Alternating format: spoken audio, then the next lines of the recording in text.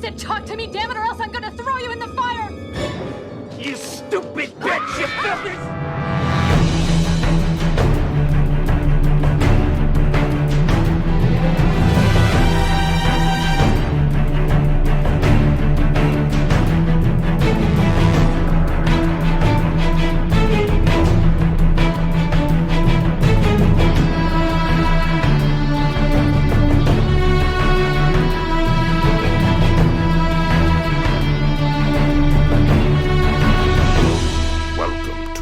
Flyover State of Fear. Welcome back to Flyover State of Fear. We got me and Brian had an amazing guest for you. We have director. A real guest. Casey Don't overdo Tebo. Nah, it's that real. simple.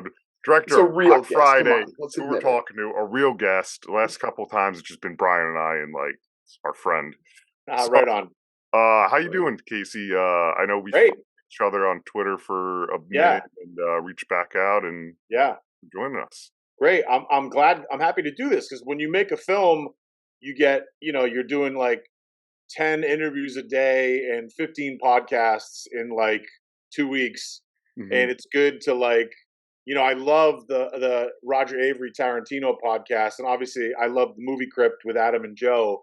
And I feel like it's always good to re-talk about films or other films. So I'm happy to do it. Oh yeah, no, that's Yeah, now you've got a little hindsight. You've had the full experience. Yeah. Now you can talk on it even more. We're ready for that. We love it. Yeah, for sure. Perfect. For sure. It's been out a minute. Let it marinate and all that stuff. Absolutely. Yeah. So on this show though, I do like to, before we get into Black Friday and everything, what is like your horror origin story? What got you into the genre? I mean, it's funny. Joe Lynch is a friend of mine, and he's got Suitable Flesh coming out like next week, and Heather Graham, Barbara Crampton, and Mm-hmm. I love Joe. He's like one of the nicest guys in the world, and he had texted me, and he was talking about Lovecraft, and I'm like, Joe, don't you remember we were literally in the Cross Creek Pictures offices like 5 years ago pitching like a Reanimator thing, and he's like, oh my god, I totally forgot about that. And I said, we had the conversation of, I had a strange upbringing in the sense that where I grew up in Massachusetts, I didn't get cable till I was like in college, in the mid 90s.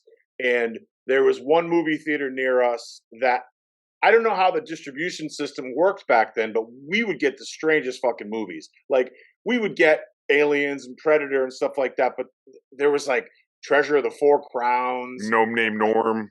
I mean, really all this weird shit. I don't think we were getting like trauma films or anything, but I mean, I do remember seeing Swamp Thing, Toxic Avenger, but for a small theater though, that is something that's like they must have had like a private owner who it was really definitely more like right? Yeah, it was more like a fringe theater for sure. Yeah, it's like a preference almost. But we had this weird thing in the late 80s, which was called Preview. It was this fucking box that looked like an old Atari 2600. What's up? We had this preview set-top box, and it would get like all these weird channels. This was like in the day of HBO and Cinemax, and you get scrambled porn and stuff like that. And they had the most random movies. And for the longest time when I was a kid, my favorite movie was Band of the Hand, which was like Lauren Holly, Leon, just random stuff. Kentucky Fried Movie and UHF and Hot Dog the Movie. Oh yeah, sure. Yeah. The horror stuff we would get was like Extro and Chud and Ghoulies and I think probably Street Trash and real just super obscure. We weren't I was not getting like Halloween or Friday the 13th. We would see those things on VHS for sure, but all the stuff, dude, I grew up like, I would say my dad was a teacher, my mom was a housewife, so we didn't have a lot of money, so we had like middle class typical American. We were not going to the movies a lot. There was no comic book stores around me. We were not renting movies that much because my parents were not big movie people. So you're making your own fun. Yeah, and so we would watch everything on preview, and you're just at the mercy of what's presented to you. You're like, well, these are my options. This is it. Literally, it's so wild to think like some of these movies you're naming and like and everything that those are in preview and just kind of like here's what's available, and now you have places which I'm glad they are for, but like your Vinegar Syndrome's charging $45 for a copy of Chud or like Street Trash. I don't even want to tell you what extra on Blu-ray probably costs right now. And it's like, imagine. Wow, those were the, lack of a better word, the dirt movies for the longest time, and they. And it was that, and it was if anything was ever on TV, there was two stations in Boston, 38 and I want to say 38 and 56. We would get like Christine, the TV edit, so I would tape that and have to fast forward through the commercials. But it was, and then the big one, I think one of the real jumping off points for me was the original TV series V, which was incredible. Robert Englund, right? Incredible. So that was, it was stuff like that, and it wasn't until I got into college and I went to college in New Haven, so we would go down to the art house theaters down there and see other movies like Taxi Driver, or because we weren't able to see that stuff. Yeah, that's when you're like, how it expanded and did everything. Was I know you mentioned quite a few. Was there any one? I know the one Beyond the Hand that really jumped out and like captured it? Because obviously, when watching Black Friday, I you see a lot of influence from other of the full spectrum of the genre in it. I mean, probably. I think the first time I saw, I don't want to call it a horror movie because it's not really a horror movie, but I think the first time I saw a movie that really gave me that holy shit moment as a kid was probably They Live. I mean, okay, I think that's in the genre. I think so. And it's funny. I recently went to see it in the theater at the Coolidge in Boston on the big screen. Somebody had a 35 print, and I forgot the ending was like so obscure. Like they die and then the movie ends. You know what I mean? Yeah. It's not complete almost, but it is. Yeah. So probably They Live, and I think Christine probably too, because my brothers and I used to joke about that movie when we were kids. You know what I mean? So that was something that we watched on repeat a lot too. So probably Christine and They Live, I would say. Very cool. Yeah. No, I definitely. I was just talking about Christine, and like someone was like, "It's my favorite Stephen King." Bob, and I was talking. I was on Twitter, and I was like, "That's so like obscure in the pantheon of like." What that is, but it makes sense, and you have that limited value. I know, like, I'm 31. I grew up in the 90s as a kid, more 2000s, this and that. But I remember being terrified of talking about trash movies and not realizing till later on. My brother rented Troll 2 probably at the age of 5 or 6, and I saw it when I was 3, and I remembered some imagery and be like, that's horrifying. Yeah. Who's registering that? Yeah. And then because without the context of knowing what a terrible movie is, just some crazy special effect thing can happen, and your little kid brain is just like, And then 12 years later or something, I have that. I don't know if you guys remember, there was a channel called Reels Channel on like obscure cable. Yeah. Well, they're highlighting the documentary of that movie, and I'm like, holy shit, that's that memory. That's what I thought was and it never. Like, so I totally get the, kind of falling in love though with the B movie and that, but that's super interesting, man. But like you guys said, I didn't know that those. You didn't know there's a difference. I just thought, because it's funny. Joe has such an amazing knowledge of cinema and B movies, and I said something to him once about Treasure of the Four Crowns, and he was like, "I don't remember that," and I looked it up, and it was a Sony Columbia movie. It was a total Indiana Jones knockoff, and it was in 3D. But I never thought like, oh, this isn't a big studio release. I just always thought that movies were movies. I didn't know. And I would say, honestly, that's relevant to the way media comes out now, because everything's so niche. Like, there's almost nothing that has like I mean, I guess there's still you know, like tentpoles that a lot of people, but like so many people have a favorite thing that like they barely even know anybody else who's seen it. I know that happens to me all the time. Like All some the of my time. favorite movies of the last 5 or 6 years, and I'm like the only person I know who's watched them. You know? I know. I mean, for you, it's The Ritual. For me, it's Cam. Yeah, and yeah. but yeah, I do that. So all I the had a Christmas time. I got a really strange phone call. So, I for about 5 years now have been super close with the family that owns and operates Cross Creek. These guys make huge movies like Black Mass and Pale Blue Eye. And the dad Tim, he these guys, they raise hundreds of millions of dollars to make these huge studio movies. And he called me and he goes, "Hey, I have a guy who wants to make a movie and I think you guys should connect."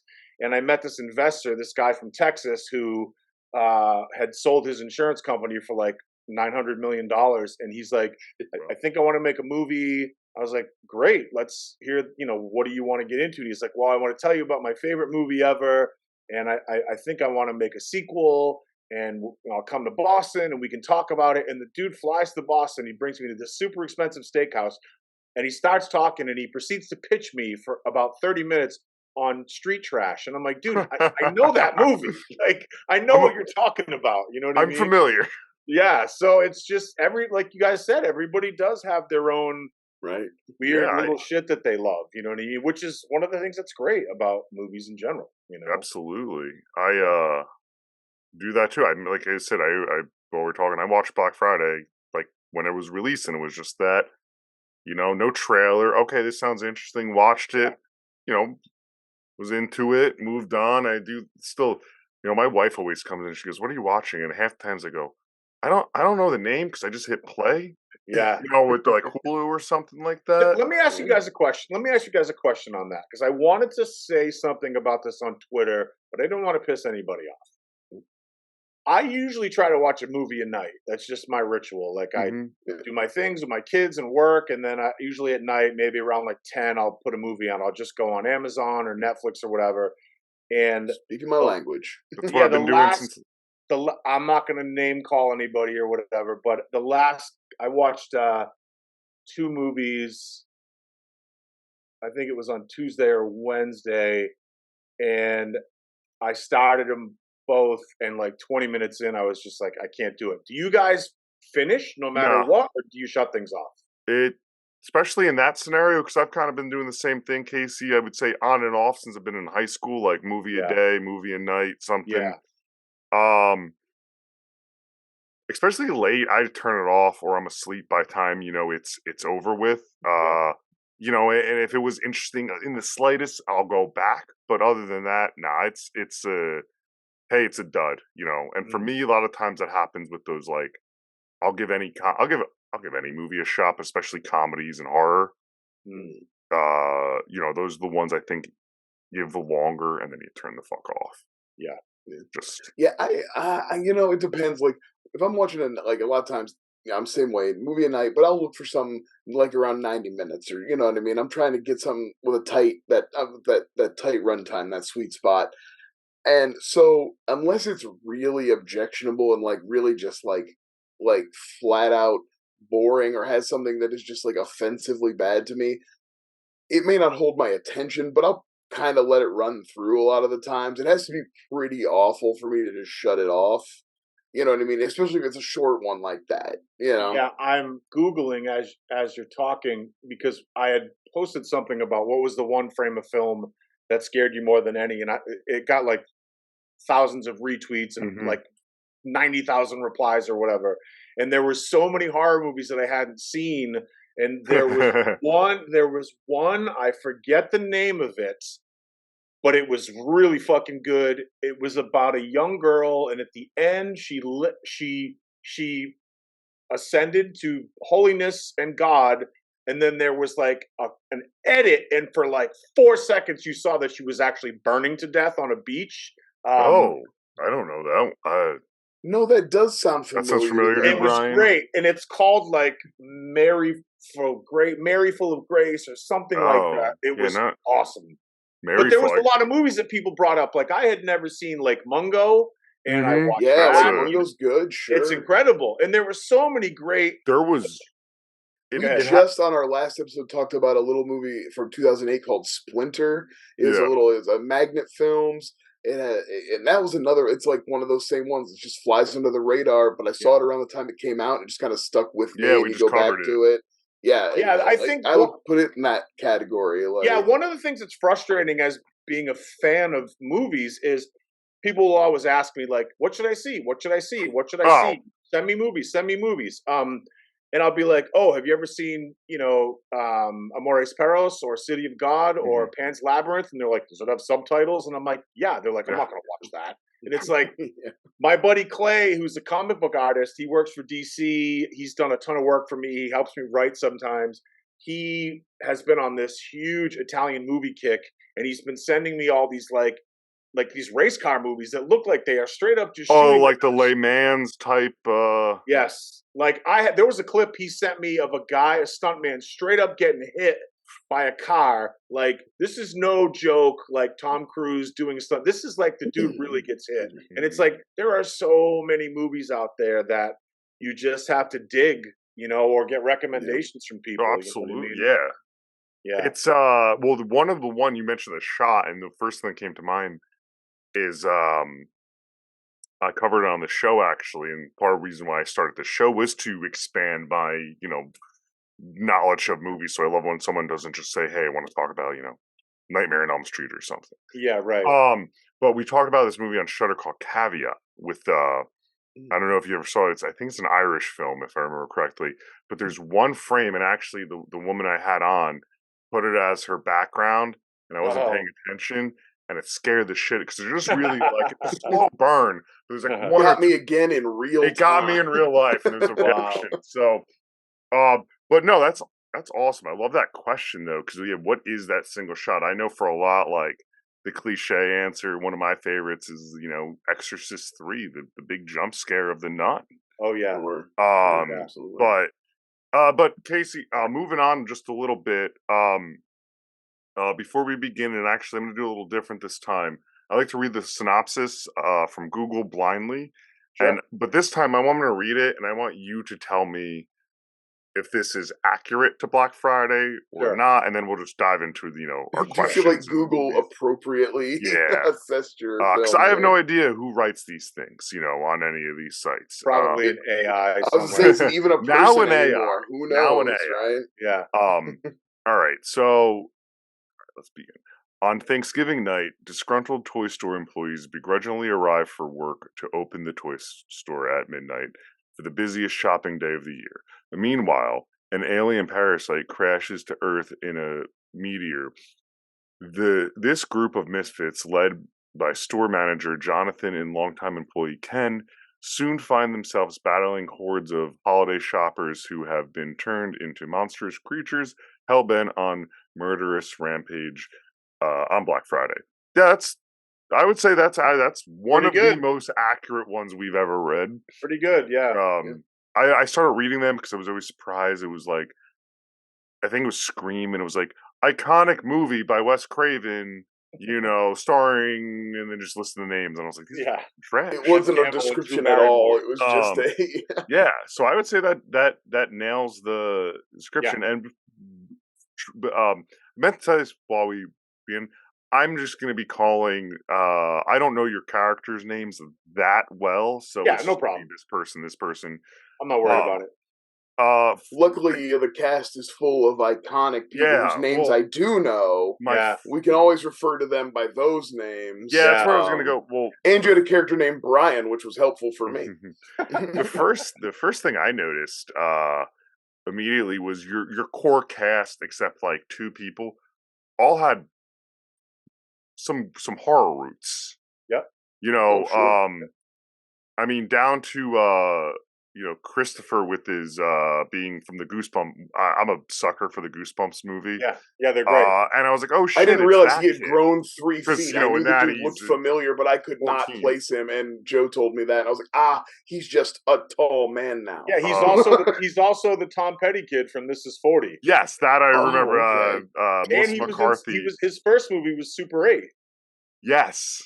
Yes, I haven't seen Super 8 since it came out. I had a bit think. of a oh shit, yeah, that's Champion and the Tom Petty kid. Yeah. But yeah. So how did this kind of come about? Because I noticed, I was curious of like, you're the director of the movie, but it was written assumably by someone else and everything. So how does that start?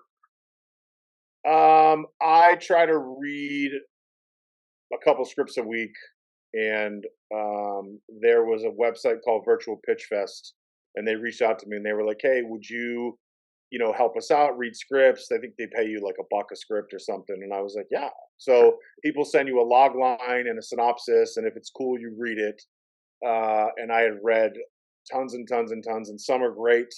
There was it's like the blacklist. Okay.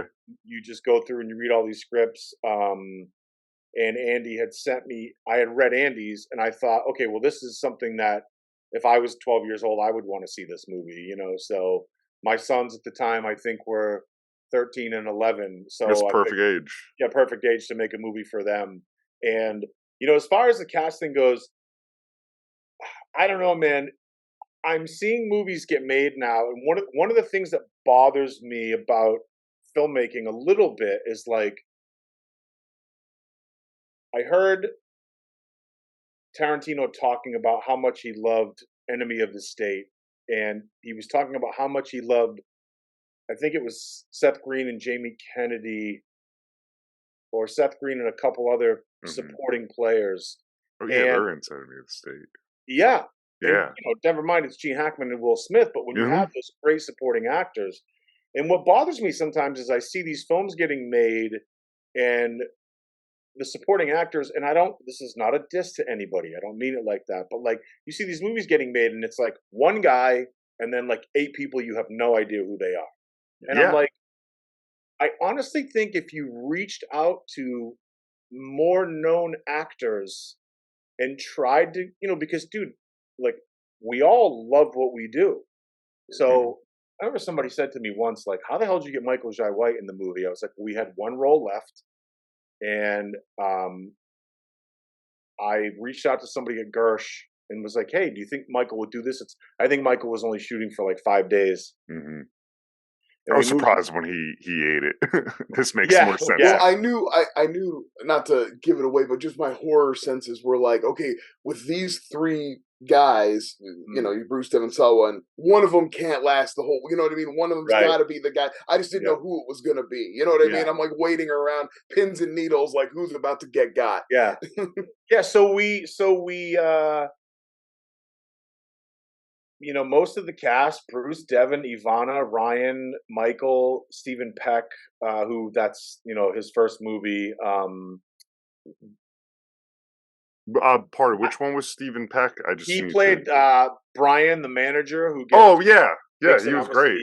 Yeah, fucking that turn. I bit him. Yeah, yeah, it's great. I think I think it's a combination. Like, so with Devon and Bruce, Devon called me and said, "Hey, I watched my first movie was a little $500,000 indie called Happy Birthday." Okay. And he called me and he was like, "I watched your movie. I thought it was great. You clearly know what you're doing, so I'm in." And then Bruce, when we got to Bruce, when you cast a movie, there's a list of people, like who's available, who's looking, who might want to do a movie like this. And Bruce, I never thought we would get Bruce Campbell. And he called me and he was like, "Mr. Tebo," and I'm like, "Yeah." He's like, "I watched your first film, had some great stuff. I know what it's like to make an indie film." He goes, "I'm happy to do this movie." He goes, "I have 2 requests." He goes, "One, if we're rehearsing and some guy is fixing a light, I'm not going to be happy. And 2, I'm not playing Ash." And I was like, well, I think it's clear from the character. It's not. My early note of mine was like, I wonder who, not even just dressed him up, like came up with his persona and look and character, because it is so different. Well, that was a combination of, Andy wrote it. There were a couple of people we talked about. We had a list, and it was like Michael Rooker and I can see that. who's the cat who played Shooter McGavin? Christopher McDonald. Chris McDonald. Yeah, Yeah, so we had both of those are bangers. they Yeah, fit right in. incredible. I mean, and Bruce was on there, and Bruce was like, I'm thinking like have like this terrible 70s, 80s leftover mustache and like sweater vest. And, Campbell was and a lot of the stuff he says because Andy's first draft was much darker in the sense of like, Jonathan didn't really have any sort of like redemption. And, I said to Andy like a week before we were shooting, I was like, dude, like this is Bruce Campbell. Like, let's give him something to do. Like, let's give him something that the audience loves him. And the whole redemption thing where he's on the roof talking about how people you work with the retailer family, and like Bruce and I ended up writing that together like the night before we got it, because I just wanted something. I wanted people to leave the movie going, oh, well, that guy, he turned it around. You know what I mean? He did. He did. But that's, before you guys started recording, one of the issues we had, at least I think we had, is I don't really care about what people think of the film. People love it. I think that's great. People hate it. I think that's great too. My son, my 13-year-old, is obsessed with Dead Meat.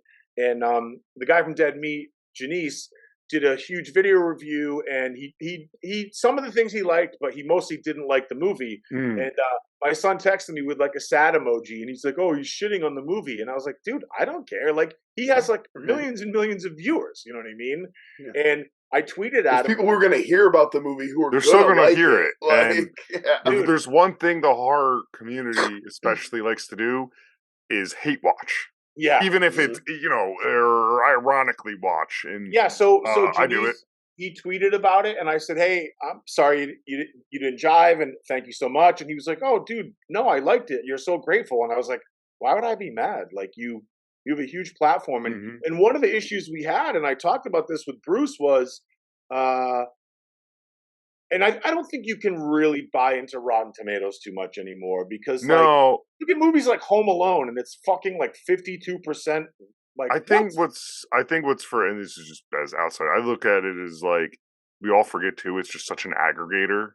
Yeah. No one's, it's a barometer if you want to spend your money, I think, to the theaters, and it's gotten lost of what the actual piece means. In my opinion. the critics was good. It was like New York Times, great review, bloody disgusting, but a lot of the audience ratings were down, and Andy and I would talk about it, and we would look at reviews and stuff, and none of it ever bothered me, but a lot of the people were saying like, what the fuck, where's Ash? Like, this is bullshit. I got ripped off. This isn't what I signed up for. I'm like, Bruce Campbell's an actor. He's not Ash Williams. Like, you know what I mean? And so, God, isn't there enough Ash? Like, you haven't just seen him play Ash enough times? Like, give him a chance. I actually was just thinking when I was watching it, when you take a moment to have some really great character stuff with Devon, Sawa and stuff, and it was like so many action comedies, especially. You kept the runtime very, very tight still, and managed to still have some really great character stuff in there.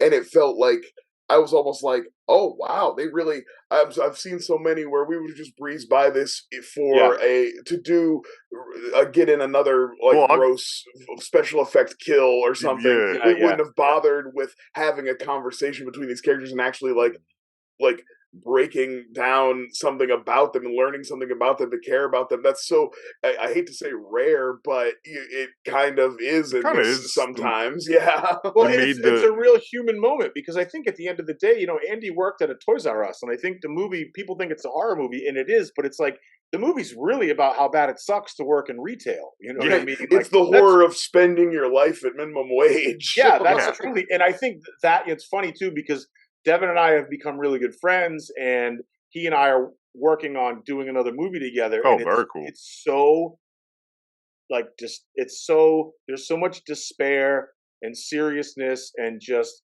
pathos. It's really like, because I think he has the chops. You know what I mean? He's such a great actor, and he's had such a great resurgence. Because a lot of people that were child actors, they kind of try to make a comeback, and it just the audiences don't go for it. Oh, but Chuck! I mean, him and I Chucky. love that you had a clip of Chucky Curse. in there, of Curse in the movie. I was cracking up about it. And I was like, oh my god, Don a little bit of foreshadowing. Don Mancini, what a sweetheart! I was like drunk in New Orleans and emailed him, and I was like, dude, please. And he was like, yeah, man, whatever you need. That's amazing. He seems like the absolute coolest. Like everything about that I've ever seen or heard or interview or anybody who's worked with him.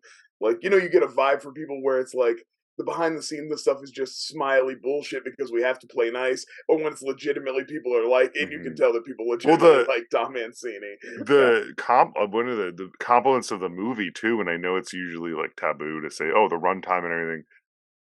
You pulled the Child's Play 2 off. Like kind of Brian is like, it's this perfect under 90 minute, but like I was the moments where we harp on it on the show almost too much, but how it's the care and the tight horror movie can be, and like how like the art of the 90-minute runtime is like slowly being lost, and like I agree. It doesn't mean you're losing anything. It's about pace and your about pace, storytelling, and it's just like we break from the chaos to have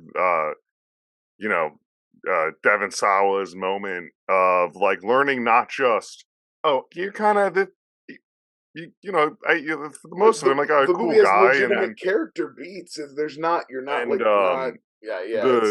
apologies, it can be done. Apologies once again for lapsing on everyone's name. The woman from Pan's Labyrinth and finding out like that's kind of what I put together, but getting that it's like no, she's like I'm just messing around because I'm 22 or whatever. I don't take you seriously, and it was so funny when and this is gonna make me sound like such a jerk off, but this was in high school, so and like sophomore year high school. You're self-aware, though. That's okay. You can be a jerk. You have the thing where he's like, I took you to breakfast. Like, she don't take me out. I remember this was one girl and it was like, I don't know, we'll go to this diner that no one goes to, just because I was trying to be a 15-year-old boy and not, bring this girl around. And she's like, okay, and every time I think, I'm like, oh God, it's such a scummy move. Yeah. But that's what that reminded me of. Like, yeah, we went out. What do you mean? And it's like this place no one fucking goes to. Yeah, there's an awesome moment I love when the beginning of the movie, she's like putting garland up or whatever, and they first start talking. And he's like, hey, you want to go get pancakes? And she like immediately pulls out like a screen wipe and starts like wiping down her computer because it's just kind of icky. You know what I mean? Like just subtle, awesome acting and blocking that, I think works for that scene. No, it's neat. Did you guys like get into I know you're trying to tell me like it's a movie about how retail sucks. Did you guys get into just like people's like hell stories of Black Friday? I know there's a script already made and everything, but is that something you would handle as a like actual stories? Yeah, just like real notes, because the movie does a fun thing. I like the setup, like the horror movie, and it's a zombie movie. It's I'm referring to it as, I don't know if you have a name for your creatures. I refer to it as a demonic zombie movie, basically. Yeah, right? I mean, I always loved the idea of just not typical like zombies kind of sloshing around. Because they're consumers, I love the idea of vultures. That's why they kind of have that like sort of bird they look. Turn into Well, I wanted to ask, was that something, because I think the look is so fun, and I like the idea of the aliens. I mean, I was thinking as I was watching it, I can't remember a memorable alien zombie type movie, like outbreak movie, since maybe like Planet Terror. Yeah, So it's I was close. really like, Yeah. vibing with that. Was that something that was in the original script? Was that something you brought to it so that was that something you and Andy worked on together because you had an idea for the special effects, Andy's or Andy's original script was much more. It was much bigger in the sense of his imagination. Like, Mhm. he had the monster at the end, but the creatures inside went from like infected to like infected with tentacles to like infected with tentacles, but now it's a spider, a giant human spider. To the ending was like a tentacle spider, And I had early on had sent Andy a sketch. Let me see if I can find it. Um, Yep. it was I said, Andy, these are consumers. What if we did something that was more like a vulture? And I sent Love him that. a sketch, if I can It's find. just Oh, like here it kind of is. cut Here it up. is. This was the mock-up I did in Photoshop that I don't know if I can. Oh yeah, no, I see yeah, it. I can see. It I get has what a you're saying. very Yeah, absolutely. That's cool. it has a very like Baraka in Mortal Yeah. Kombat look to Yeah, like it. a beak Yes. where the mouth is two Yes. pieces. Yeah. Like, yeah, Yeah, So no, that's great. Andy was very wonderful to work with, and I'm sure he probably ate a lot of his pride just as far. Look, it's Andy's movie; he wrote it, but there Mhm. was a lot of stuff that we changed, and I'm sure that's Sure. for some writers that's difficult. For some writers, they don't give a shit. You know what I You mean? know what we're yeah, I can imagine, but it's great to hear it's collaborative in that because it is a good end product, and Yeah, it's funny when you're mentioning it though, and we're talking about it. I didn't think about this at the time. Is the census core of everything reminds me of that one episode of South Park where the Walmart is the heart, and do you guys remember that one?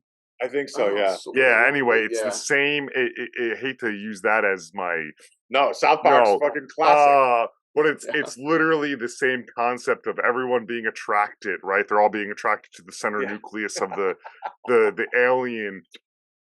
Um, and the creature is like with the creature design though, and the alien and the blob sense of it. Yeah. It looked great because I noticed you had Kurtzman on it, and I have a Yeah. weird connection here, or a weird like I guess trivia knowledge or whatever. So I noticed you had Robert Kurtzman's son in the movie, Yeah. Louis, he played Emmett. Louis. Yeah, one of the first people to die. Um, One of my other kind of favorite movies, I think, of the same budget or whatever you want to call it, is Funhouse Massacre. Oh yeah, Um, I think our producer Warner. I think that's his movie. okay, that makes sense because when I noticed it, the thing about that movie and when I covered that movie is that he's someone who gets decapitated in that because it was only because Kurtzman was like, hey, if you want to save a little money, my son can be in it, and I Yeah, we have did this that. cast. We did that. Yeah. Okay, Yeah. that's literally what I was like. Yeah. I wonder if this is the connection here because Yeah. he looked familiar, but it wasn't from Funhouse Massacre. I think he just has one of those faces. Well, in Louis' defense too, when Bob brought that up to me, I was like, "Yeah, it's a great idea, but if he sucks as an Yeah. actor, like, Well, it's not sure, going to yeah. happen." If he didn't, yeah, you need him to Nah, at he least be was. able to do it. And I thought he was great. I watched all his tapes, and he was great. He was a He good seemed first like to foil. me, he seemed like the perfect type of actor in that role. Like he didn't feel out of place or anything to me at all. Yeah. I was getting such in that scene right before I think he gets bit or whatever. I was getting such anxiety that they weren't going to cut Chris off. Oh, out of the chair. His out of the Yeah. chair. Yeah, It was yeah, so aggressive. I mean, yeah, just like to wire tie him and you're under yeah. citizen's arrest.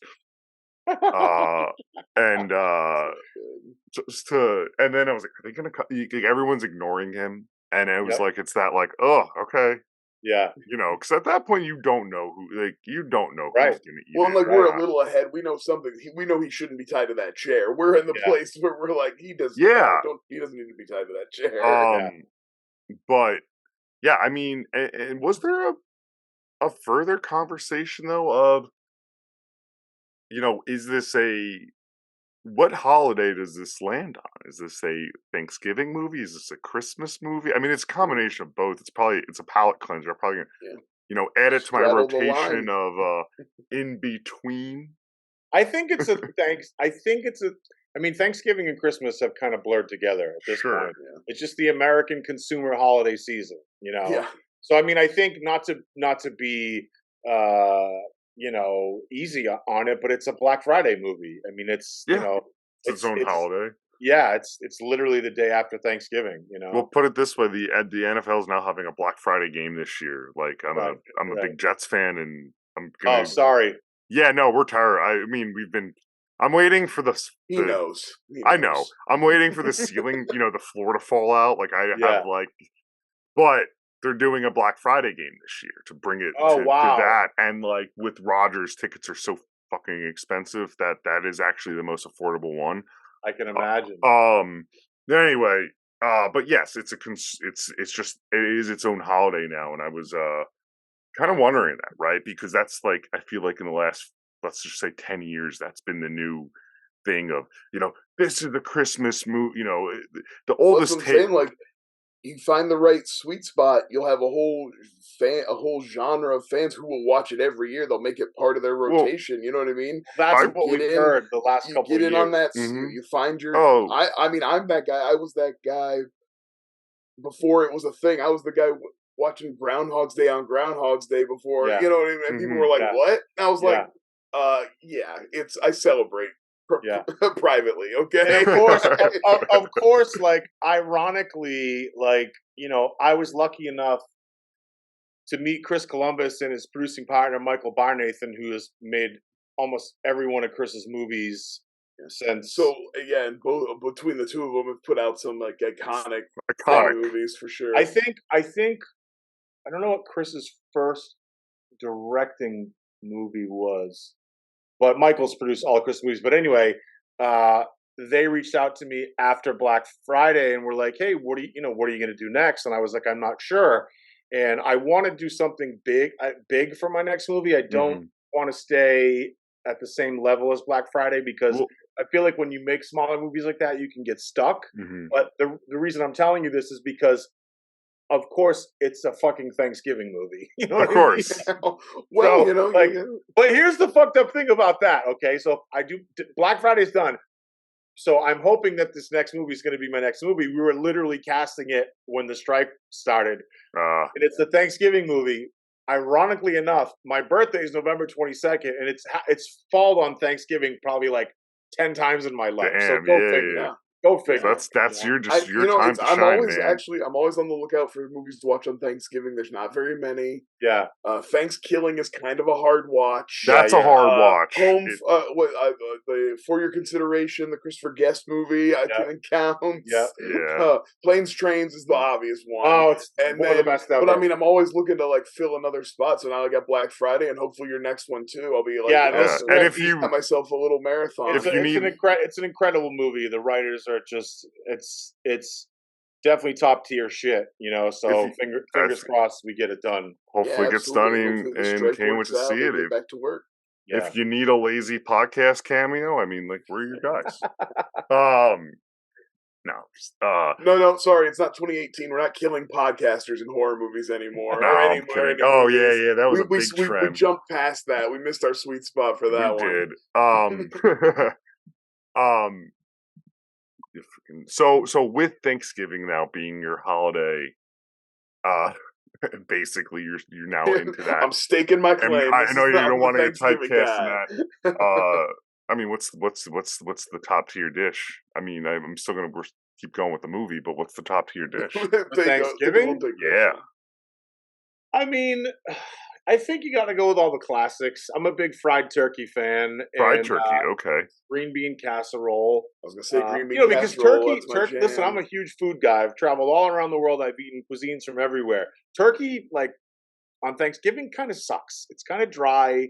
It's kind of bland. It doesn't have good staying power unless you make sandwiches. But I think you got to go with the classics, which is the turkey, the stuffing, the cranberry, the canned cranberries. Yeah, I love that shit. Put some stank on that trash of the canned cranberries. Yeah. We got a small family, do small gatherings, so I've been doing like a turkey breast from the Honey Baked Ham store. There you go. No, Yeah, my mom can't does eat a it. big one. Has gotten bougie, and she's been getting like a farm raised organic turkey last few years, and Yeah. it is Ooh la not la. dry. It's more. Oh, you know what? Well, there you go. I will say So I'm not a big fan. I'm not a big fan of like people that do like the full prime rib on Thanksgiving. Like, no, I save don't. that for Christmas. Save that for Yeah, Christmas. I remember someone's girlfriend or whatever was like, "I'll talking about cranberries." That's my big thing of like they need to be the jelly canned. Someone's girlfriend or something that was like, "I'll bring them," and then talking about bougie, she brought like the fancy, and I was like, Oh, like the "We don't, chutney. yeah, we don't Yeah. want That this. stuff sucks. Get this out of my Thanksgiving." It's Anyway, terrible. well, that brings me back just to try to do a segue back to the movie a little bit. Um, the part that I was actually grossed out by the most was the giving out. It was a sweet moment of the The the turkey, turkey slice, the turkey, cold yeah. cuts. It's so Oh yeah. slimy and gross. I was like, oh, Yeah, and Ivana like smelled it, which is yeah, like incredible.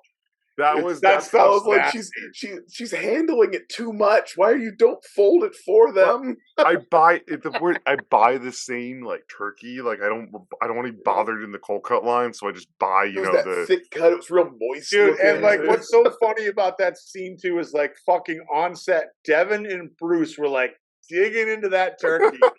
And I turned and looked at Campbell and I was like, Bruce, like, what the fuck? And he turned and looked at me, he goes, hey, it's fucking acting. And I was like, oh my God, man. Like so gross. The method where you I mean, eat and warm cold cuts. and that's the nucleus of the fucking movie, though, Yeah. right? Yep. That sit down in the back room. Yeah, so great. You know what it made me think of? I mean, not to be, this shouldn't seem. It reminded me of the scene in Breakfast Club when they're No, sitting down and they have the big heart to heart. literally what Bruce would say when he was doing press. I was like, and when it actually legitimately got to that emotional beat, I was like, wow, they nailed. Like they Mhm. didn't just reference it. It didn't just feel like the scene. They got there, and I was really Yeah. impressed by that. I thought that was really cool. Yeah, Yeah. that was a great scene. Love that scene.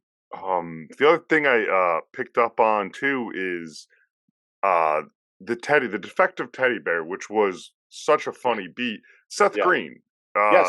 How'd that kind of come about? Because I did hear, when you know it, you're like, all right, that's Seth Green. But then then there's moments where I'm like, I'm hearing Chris Griffin. Like he Right. does it. Like I think when it's going down the low octave of As he's defective, starting to it's kind of melt down a yeah, little bit. it's the Yeah. it's Yeah. the Buffalo Bill, Chris Griffin of I don't, I God, 2011 or 12, I was asked to direct this huge Aerosmith music video for G.I. Joe Retaliation. And Paramount spent like hundreds of thousands of dollars. We made this huge video and all this G.I. Joe shit. And the video came out great. And Joe Perry from Aerosmith was like, that's the best video we've done since like the 90s or whatever. So, of course, my ego is like fucking through the roof. Yeah. And I get a call. I'm editing in a hotel room in LA. The next morning, management calls me and they're like, Paramount has pushed the movie 6 months until February. And I was like, you got to be fucking kidding me.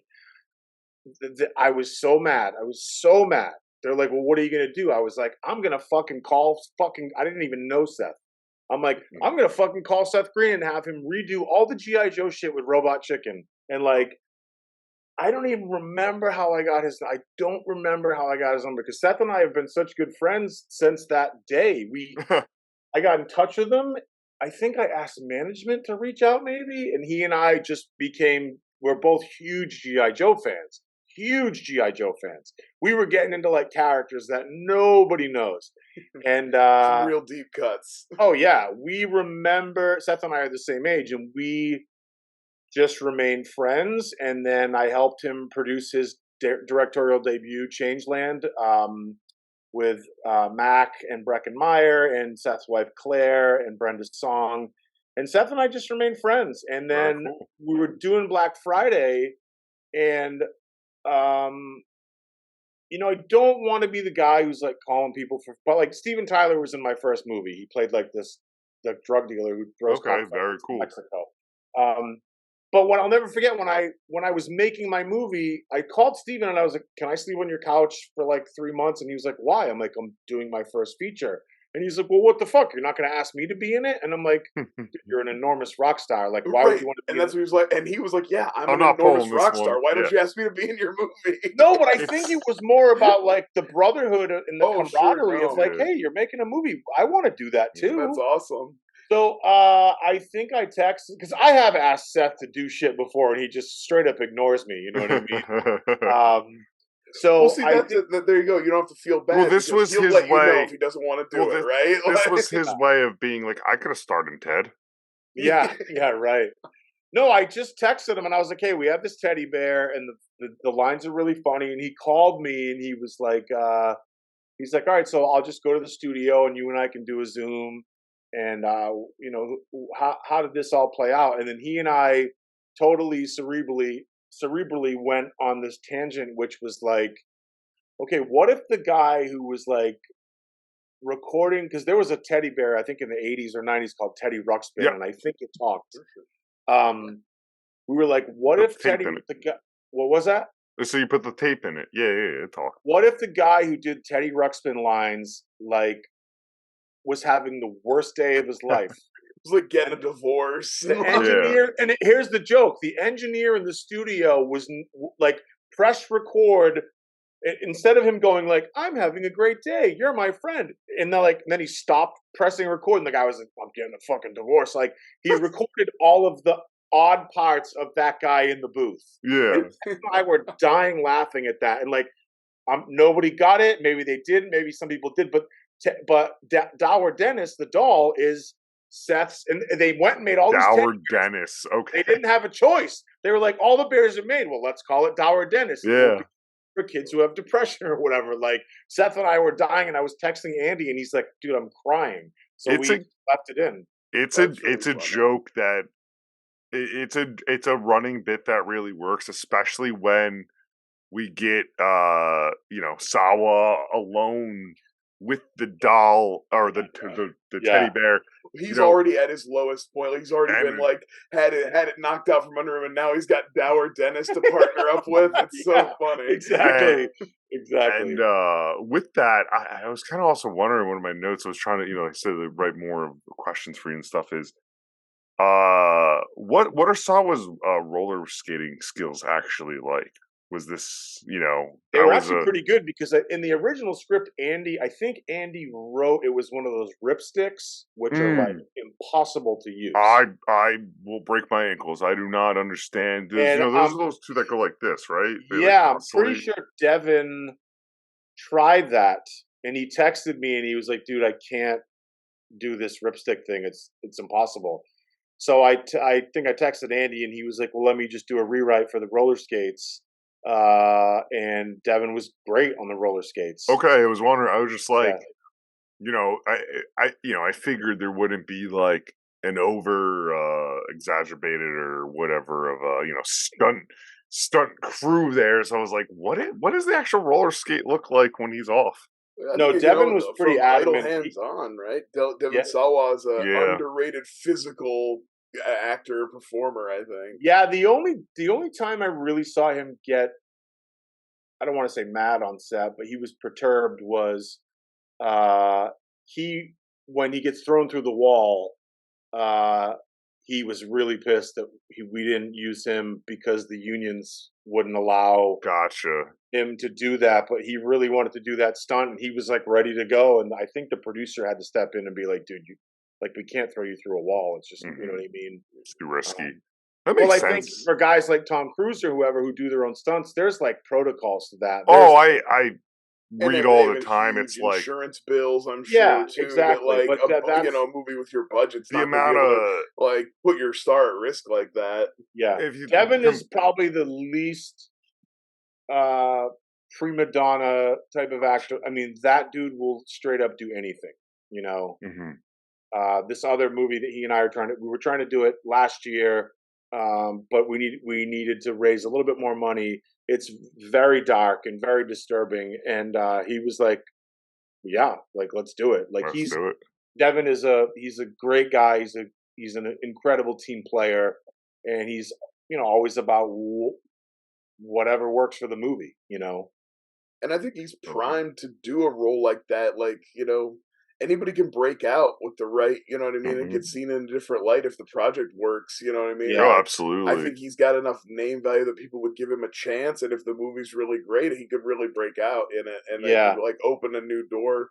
You know what I mean? Yeah, the movie that we're putting together, it's I guess the short pitch would be like it's almost like a No Country for Old Men, but there's like a very small fantasy element to it. There's like a MacGuffin that turns his character completely fucking insane, and it's really just about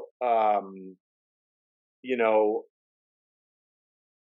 sort of the what power can do, how power corrupts men, and it's really Gotcha. dark. Yeah, it's really dark and disturbing. And he was like, "Yep, I'm We'll in." hope to see it one day. Yeah, we'll get it made. We just, Yeah. the strike and all that other shit. So Exactly. it's Everything in its own time. yeah, exactly. Uh what else we got? I don't know. I feel like I'm running through everything I just found most cool of the movie. I first and foremost, I know there's some CG, and I know before our conversation we were talking about AI and CG and stuff like that. Mm.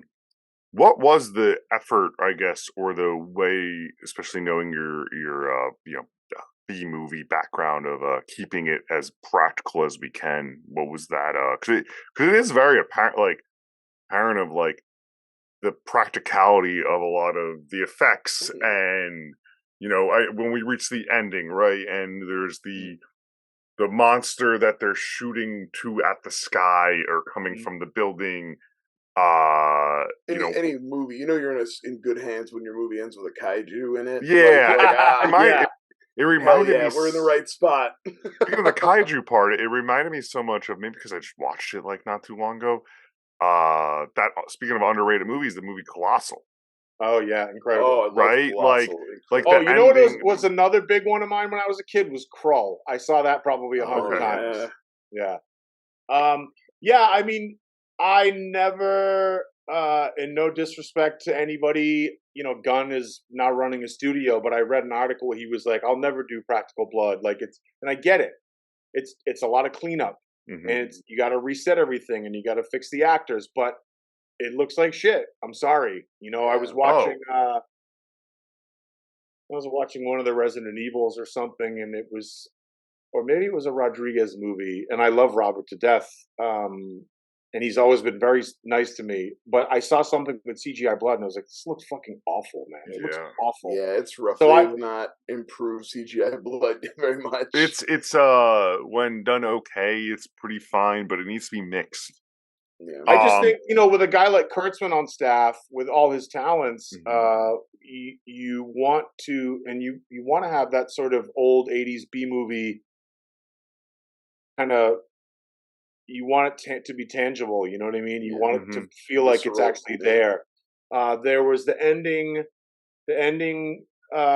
crumbling of the building was CGI, and there was also some composites on the roof, Yeah, which I wasn't crazy about those because I when it was didn't. you're talking about when it was, I think it grows up onto the roof and Yeah, then some of the yeah. compositing on that was not But great. I think at you know that what? point we were literally running out of money. No, it makes sense, and you know what's so silly to me of you were talking about earlier with like reviews and things like that, and some of the movies we've mentioned today, right, of your street trashes, shopping malls, this and that, people be like, oh, it was amazing, this and that, and it was like, I wish movies like yours, or Friday, which is clearly an inspiration, would get that same look at from an audience member and credit, because if those movies were made today, people would be having the same review and reverence, when it's like, no, no, no, no, no. Yeah. You're just moving your ages around and having some like nostalgia glasses on, when there are so many of that. So having that little like this is, I hope it doesn't come off as insulting, the Never. the composite shots you talk about on the roof. I found that by the time it was end of the movie and knowing I'd be talking to you, um more so charming and have an understanding of like how movies are actually made too, like than putting it as well, I know. a Like, fault. I was thinking as when you're getting into the end, you're getting into the climax, and there's some things I felt like we'd already seen. There've already been like lots of great The practical neck. makeup, I meant lots to of say great that neck. creature effects. That I neck like spike. the kind of like pink sock kind of bubbly like Yeah. look of the way that all that had been so great. So like I noticed there was some of that, and obviously like you can't have a giant monster in your movie without stuff like that too. And it's just like I was just it all felt very much in keeping with the tone, and I think that's the most important thing. Nothing felt like it was like out of left field and trying No, to it do was something very that didn't feel No, natural to the movie. I do think looking back now on the movie, I do think the one place that we all probably fumbled as a team, but I'll take it because I was a team leader at that time, was when the grandmother turns into like the full vulture and she's chasing Sawa around. The necklace. I just don't know if we. First of all, that scene with Devon in the warehouse where like you see his face and he's hiding, like we had like literally an hour to shoot that. It was scheduling got fucked up. We had spent too much time. We lost a day because our DP his COVID test was inconclusive. So you shut us filmed. down. So we lost a full day of filming. I think if I had gone back and done the movie again, I maybe would have just had her in her clothes with hands and a face, because I feel like the whole body thing didn't work for some reason. It felt like too much or something. Well, I don't know if it's too much. It just, it's like the monster at the end is the real thing. You know what I mean? Yeah, and Louis Kurtzman turning into, I love that transition scene when his face is fucking when his face is like stretching, very howling-y kind of like. It looks like your concept. Yeah, the transformation. So I think between Louis turning into that monster and then the monster at the end, we maybe should have spent a little more time with the Louis monster, because I feel like the angry grandmother character just kind of got lost in the shuffle. It's okay. I mean, like, we're having a real conversation. It's all right in the sense of I was like, I literally was like, I wrote oh shit just with the necklace. Yeah. But if that wasn't on her, it wasn't on I would have, would have been like, okay, he's kind of battling. Well, it's funny you mentioned that, because I actually had to fight for that shot. I had to fight for that shot because we were done editing the movie, and I was like, we need like a flashback to her necklace, and the producer she was looks like, too different, and we didn't see her change, so it's also hard not to an important not important. Yeah.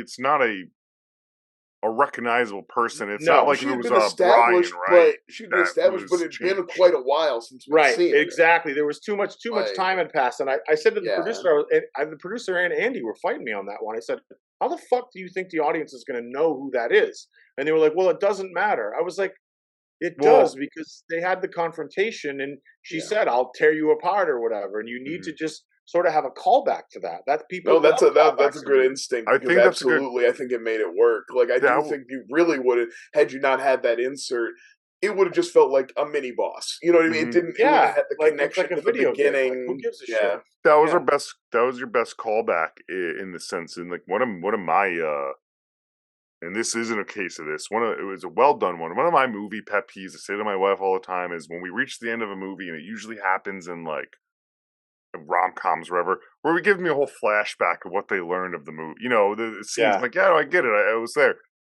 Your time of that made sense, because I truly needed that reminder. So it would just been like, oh, he's battling an employee, right, and or a customer or whatever. Another one of the creatures that you wouldn't have had. Like, but since you had, it was already connected to an established character. It is a rare movie in this. Where I was, maybe just because I like Devon, was happy to see. It was like, I have some notes. It was like, oh shit, he, it was a fake out. He's alive. He's back. Because I truly thought, and maybe I'm naive for this, we did. Yeah, it was like, okay, yeah, that's another sacrifice because that's how zombie movies No, work. I felt like that it was in keeping with this. Felt like the type of movie where Devon Sawa could die. So Yeah, I I thought felt he like died. That's it was a something. good fake out. Yeah, it worked And on me. yeah, and then the whole thing of between him and Brian and Yeah, Bruce came on the roof like we took care of him, yeah, yeah, yeah. and I love it. I love it. Like her being like, fuck off, and he's just sitting in the dumpster. Yeah, it's so great. And then he tries to talk to him. Great comedy beat of or talk to the kaiju type boss of and just bitch kicks It's him. funny because we just in the last episode, because we were talking about Shea Wingham, we're talking about that great beat in Kong Skull Island where he tries to sacrifice himself and the thing just whips him into the mountain, and it was felt very much. I was like eagerly anticipating, like, come on, here it comes. Yep, get a little closer. Yeah. You know what I mean? It was perfect. It was very good. Yeah, and I mean, like, it's nice to see you adding in that end tag though of getting that clarity of him and his kids and his wife, and I know we talked about earlier of like humanizing the characters and everything. And I did like the story. It's a great thing to have Devon. Like, it would have been, you could have had Devon sacrifice himself or do like a big hero thing, but like, now that he survived, he can actually learn from the thing that we saw happen to him, and you know what I mean? He can actually take that lesson and maybe actually really change his life. Now, so it opens that up for that character. It makes it's nice. It's feel good. I do have a question about that. Were you trying to build? Was it just natural actor chemistry? Or were you trying to build that? Isabella and was Ivana. it Chris? I'm sorry, Ivana, not Isabella. Shit. Yeah. Were you trying to set them up to have chemistry to maybe like get together there and like Sawa to be, because I felt like their scenes was more of a connection and like Sawa then coming in, or was it just more of like we're gonna the three of us? I think that that's a lot of it's acting and obviously Andy's writing, and I think that there was a relatability between Chris and Marnie where they're kind of the same age, they're kind of dealing with this shitty job, and Ken's kind of just like this old fucking loser who like. Gotcha. Okay. You know what I mean? Yeah, I was just kind of wondering because it was like, oh, okay, like I maybe just past watching movies of like, that happening. No, I thought that relationship was perfect where it's like they all get along, they're all friends, and they like Ken, but Ken's the guy that like you like him and you laugh and you joke, and then he walks away and the two younger characters would look at each other and kind of roll their eyes a little bit. You know what I mean? It's like they like Ken and everything. That's me like Ken is also what he is. That's me to my coworkers. I know I'm the older guy that hey, as long as they wait to roll their eyes till I walk away, that's all I care about.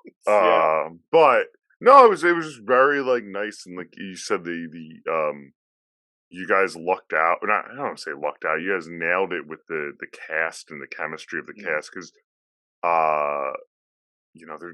this is there's not one weak link. As I do see, as I watch, we watch movies from any budget, any way, and even if I love a movie, sometimes there's like, that wasn't great. That person wasn't great, but they love the movie, and this one, truly honestly, didn't have that. Well, a lot of times what happens is when you... Sorry, Brian, go ahead. No, I was going to say the same thing we talked about earlier, like, some of the best movies, some of my favorite movies from the 90s have, like, just a killer character actor in every role. You know what I mean? Like, and everything is like just so tightly, and I feel like you're right. We've lost that now, where it's like everything's so focused on one central, one or two central actors, and then everybody else is kind of disposable. Sure. And we've lost that like nuance a little bit. And this one definitely had it, like cast all the way down, top to bottom. Was bringing heat. So. Yeah, it's like all these movies Bruce made at the end of his career. Like, he would make all these cop movies where it was like him and then supporting cast of guys you kind of knew. You know what I mean? It's like if you took whatever Bruce Willis was getting paid and spread that out over the 4 main actors. Like, look at how fucking amazing. And I know Gerard Butler's the big bankable star. But look at how amazing Den of Thieves was, because that whole cast, that whole was it Anthony Mackie was in that? I think no, it was Butler and Pablo Schreiber and 50 Cent and why would what's his name? Ice Cube's son. I forget his first name. O'Shea Jackson Jr. Yeah. You know, and I'm sure Jerry got a huge payday for that movie. But when you get to fill it with other amazing actors, you know, if it's just Jerry Butler and a bunch and like 5 other guys you don't really know, do you have the same movie? I love that. I don't think so. I love that point. Just because I watch and you see the quality. I for the most part, I think I've probably watched 98.5% of Nicolas Cage's catalog. You know, from good to bad. It's the same thing as your Bruce Willis example of sometimes there are these movies where they fill them with notable actors, and the movie is better than you would expect what you hit play on. And then other times it's not. Well, the other thing too is like, so perfect example, and this is on my kids' lives. This is 100% true. So what happened to Devon and I is I wrote this script and I sent it to him, and he was like, "This is awesome, let's do it." And we started putting the movie together, and we had a budget number, and we started going out, and all these agents and studios were like, "What about this actor? What about this actor?" And Devon and I were like, "You're just asking us to cast these people because they're bankable." Like Devon was adamant of. Devon was sending me lists of like all these fucking incredible character actors. We were like, "How amazing would this movie be if we had this guy and this guy and this girl?" You know what I mean?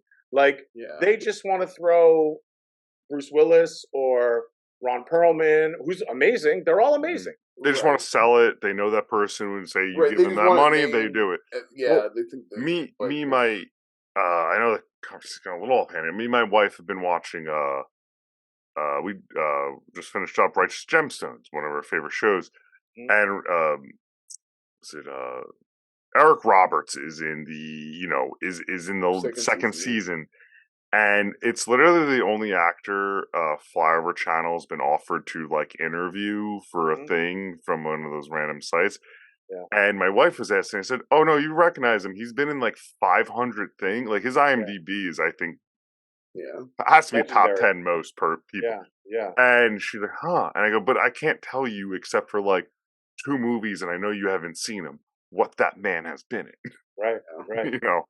Well, it's like you go back and you look at the cast of Con Air. You know what I mean? It's my all-time favorite. Every fucking incredible actor in the world. And I think, you know, a lot of times, some of these actors see these, and I get it, they see these movies as their job, and it's a business. So it's like, I think every A-list Oscar winner is in Oppenheimer because they all want to work with Chris Nolan, and they're all probably making like $100,000 each because you can't pay 15 actors, $10 million each. I was just thinking the same thing about Asteroid City's getting ready to come out, and I was like, Tom Hanks didn't get his Tom Hanks money to be in Asteroid City. He wants to be in the Wes Anderson. He wants to be in a Wes Anderson movie, Exactly. And a lot of times, what has to happen is you have to have a script that actors will read and go, "Oh, I would fucking love to do this." You know, it's like. My buddy Kevin Chapman, he's another Boston actor. He's a great character actor. He was in Unstoppable. He was in Mystic River. He was in Ladder 49 with Travolta. And there's 2 scripts of mine that he read. He was like, "We got to get these movies made." And it's like, who can we go out to? Like, he worked with Jason Clarke on the I know who that is. Yeah. Yeah. He worked with Jason Clarke on the TV show Brotherhood. Maybe we go out to Jason. Like, okay, so can we get Chappie and Jason Clarke and Devon and maybe one other actor, because you want to fill these movies with and listen, most actors are incredible, but when you can get actors that everybody loves, it's like, that's what I try to do with Black Friday. People fucking love Bruce. Everybody loves Devon. They love Ivana. They fucking love Michael. You know what I mean? So it's like, why not try even people who aren't like in the know, who don't know everybody's names? You have like what we used to refer to as that guy actors, people who make you go, "Oh, it's that guy." You know what I mean? Yeah. And like one of my favorites I think of all the time is Tombstone, like top to Oh, bottom, cast out the ass incredible. with like Powers Booth and Michael Biehn and Michael No, Rooker, and I like every Fucking role Billy is Bob just Thornton's in Billy Bob Tombstone. Thornton has yeah. like 2 scenes. He just Yep. breezes Yeah. through. Jason Priestley and Billy Zane, and like Yep. every role is filled. Like Incredible. they don't do it Incredible. like that anymore. Yeah. Exactly. No, I love the point. It's true. Like, and sometimes those actors then end up breaking out, right? Mm-hmm. Like I used to feel like that's who you used to look at as like Sam Rockwell, right? Used to be in all this stuff and be like, it's that guy. Yeah. And then all of a sudden, the guy breaks out, wins the fucking. Yeah, and the worst part about that for being a filmmaker is, I think I don't know if it was before Black Friday or after Black Friday.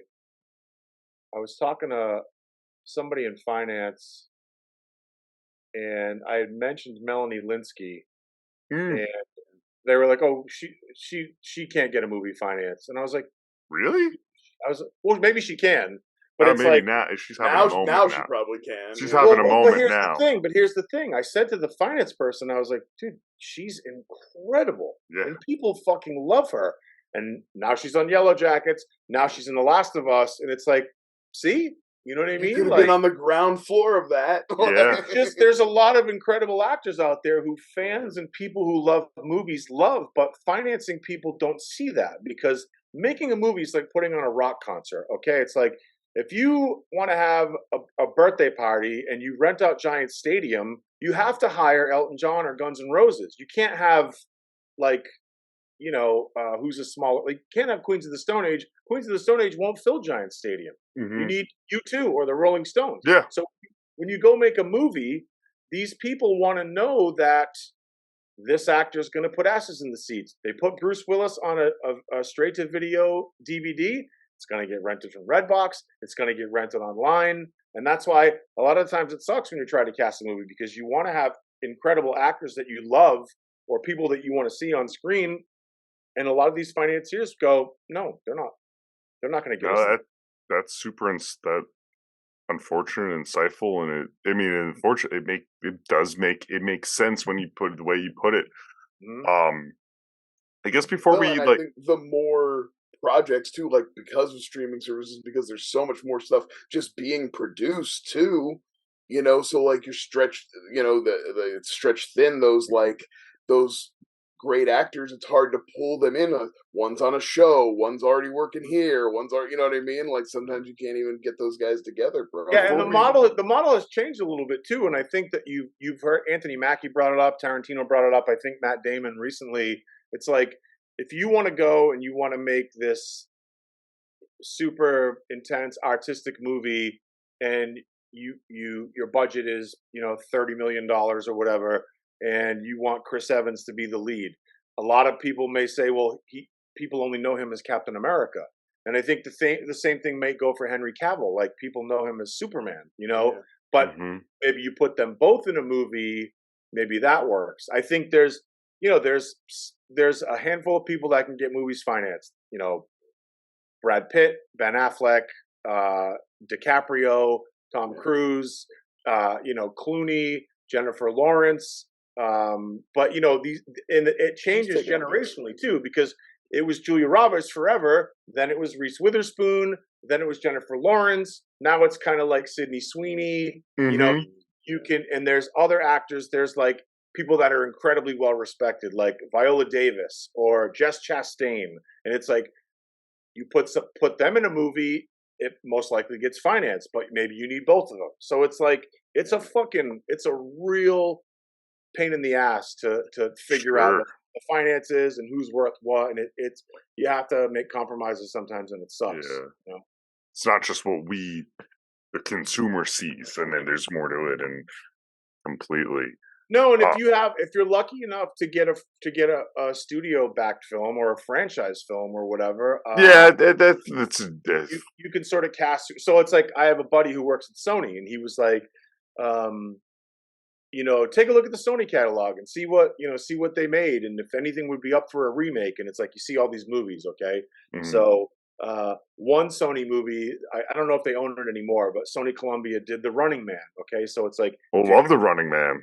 incredible. It's an incredible movie. So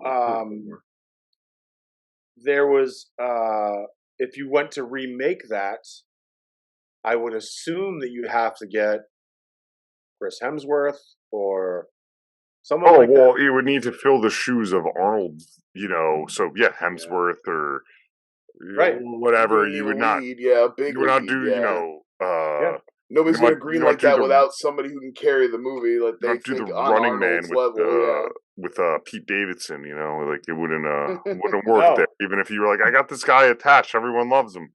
No, but Chris is now also doing his second Extraction movie, which is on Netflix. Yeah. So you're going to get some financiers and distributors who go, well, he's doing Netflix movies. How do I know that he's going to sell tickets in fucking Germany? You know what I mean? Yeah. So to bring it back just a little bit, and I'd rather end on a higher note than just how hard it is to make. Yeah. What's something? I guess this is a cliche. Like, what was like the all-time scene and like comparatively day of making Black Friday, and then at the same time, if we have time, what's something you would have liked to add to it as well? Two different kind of questions. I think that's I'm going to bifurcate this answer. Yeah, that's good. I'm just trying to get us back on. I have two things. One is serious and one is funny. Okay. Not to slight any of the other actors because I love them all, and I still talk to most of them.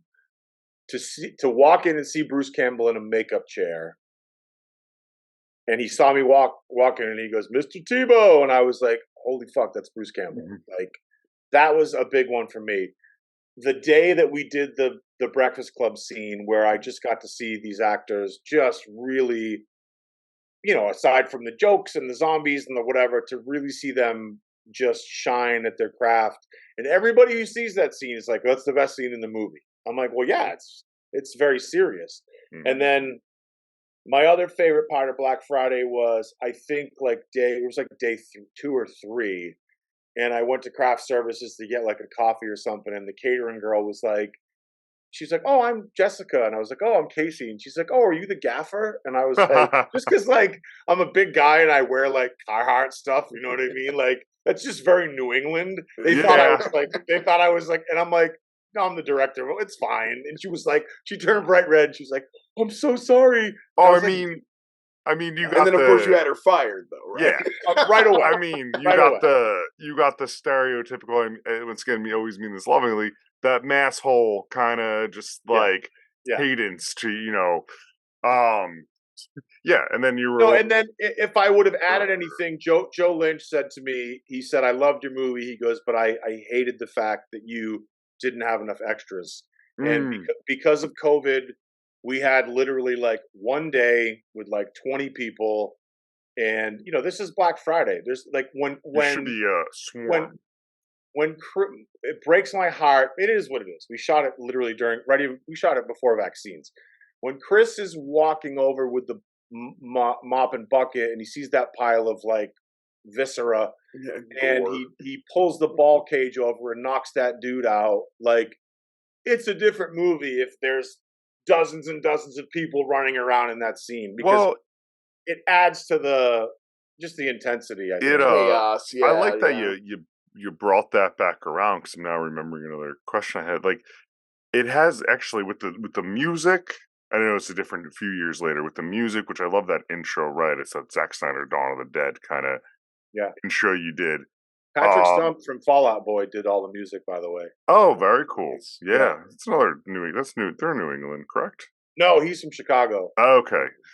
I feel like my wife would hit me in the back of my head messing that one up. But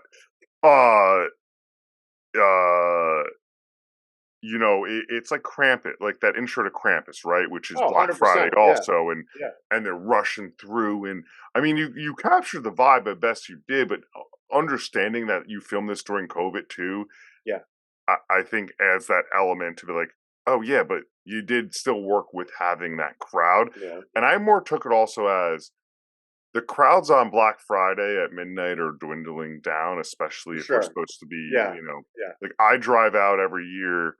Actually, I think I'm going to stop this year for Blu-ray sales because that's like when it's like I literally have a list of like, oh, that's WB movie that'll be $8 on Black Friday. Like I Yeah. haven't seen it, but I physical collector Brian like blah blah blah. So that's how I read it more as is the not so much you didn't have this. It's this more like crowd, diehards are out. You know what I mean? because it was a The real midnight lunatics. release, Yeah. and it's Yeah. not 2009. Yeah. But I also the other comment, first comment I had is nature of what I do is love the font choices in the intro of The titles. the title credits and everything. I thought it was very fun. And We had fit the something vibe. much more elaborate. I wanted to do a checkout conveyor belt and have there's this guy online. His name's Readful Things, I think. He makes yes. incredible Amazing. toys. I wanted to have him make action figures of the cast, and we were going to have it being scanned. Cool. But we didn't have the money, so that would have been. Should have done it for free. right. Yeah, come on, man. Just donate your time and effort. Hey, if you need a much lesser graphic designer, man, sure. I could figure some stuff out. Okay, no problem. Sounds good. But are there any? Did we miss anything? Are there any other stories or gory details you wanted to share with us or the public before we did we wring all the good stuff out of you yet? Did we satisfy the Black Friday conversation that you were hoping to have? Yeah, I think we did. We talked about everything. We covered everything. It was a difficult movie to make. We shot during COVID, and then Chris Tonic, my editor, and he was editing, and then he would send me. It was not traditionally edited. We didn't sit together and do it. And Chris is an incredible editor. He had just come off of being first assistant editor on Once Upon a Time in Hollywood and Suicide Squad. Yeah, so Chris has incredible pedigree, and if he's available, he'll edit the rest of my movies. But we had to like send clips back and forth because of COVID. It was a fucking real racket for sure. Yeah, no, that like so like that make that it's so impressive. It adds another wrinkle in not realizing, right? Yeah, for sure. And it gets extra points for being a movie made during the pandemic that doesn't have to tell us it's being made during the pandemic. You know what I mean? It's talking about new pet peeves. It's timeless. I'll tell you what, it's getting to the point where you watch a COVID movie now and it's already so passe. You're like, oh God. As soon as you see somebody in a mask, you're like, all right, so it's a COVID movie. Oh, you just said it. We were just watching Gemstones. We just the rewatch. Completely forgot they referenced in season 2 COVID multiple times. I mean, thankfully, they don't show everything, but it was like, oh, I'm 2 years out of it now. I don't find that as funny anymore. Right, exactly. So it's already passe. Kudos to that. And the other thing I want to add is I didn't say it in the beginning. Your hat fucking rules. Oh, thanks. The Nostromo. I love it. Brian's like the biggest Alien fan, I think. Maybe. I didn't want to bring up the stuff that I read on IMDb. What was that, Brian? I didn't want to bring up the stuff I read about on IMDb because I didn't, the accuracy and your privacy. But I know I know you're a fan from what I read. No, I did. I named my daughter Ripley, and she doesn't give a fuck about Alien. All she wants to talk about is Taylor Swift. So, well, what do you her and my wife it's a cool name regardless. You know what I mean? Like, very cool. But yeah, Casey, always I really appreciate come on anytime. I appreciate you having you. Yeah. Joe, you said we were going to do plugs at the beginning. I know, we didn't. So Casey, tell us where we could find you and everywhere. Like I said, I've been following you on Twitter for a couple of years now, and you're such a pleasant and fun follow. Twitter, I think it's Casey Shoots, and I think my Instagram is Casey Patrick Tebo. Maybe I don't. Yeah, I'll put your links. I think if you Google my name, most of the socials come up. I think. So that's it. I don't really have anything else to plug. Perfect. Yeah, watch Black Friday. It's on Starz. It's available for rental. Yeah, we don't review here, but it is very truly enjoyable. Yeah, and my first movie, Happy Birthday, is on. Yes. I think it's on Amazon and iTunes. I'd like to check that out. Happy birthday. You'll see Steven Tyler with like a crazy beard and like a robe, and I was reading a little bit about it because I was, like I said, we're just to get looking at the IMDb, and I was like immediately like, oh, I wish I had time to watch that one before this too. Yeah, it's so funny. I was looking up something on Rotten Tomatoes, and Bloody Disgusting did like the most incredible review of Happy Birthday. They were like, this is a cinematic gift wrapped up in an indie Mexican thriller, and I was like, hey, fucking A. That's what we want. Yeah. Shit, so I'm gonna get that guys. Tattooed on me. Damn, like, that's awesome. Yeah. Can we put this in print? Yeah, for sure. Red. That's red. Awesome. But yeah, thank you again, and stay frightful, everyone. Thanks, guys. Bye. Welcome to Flyover State of Fear.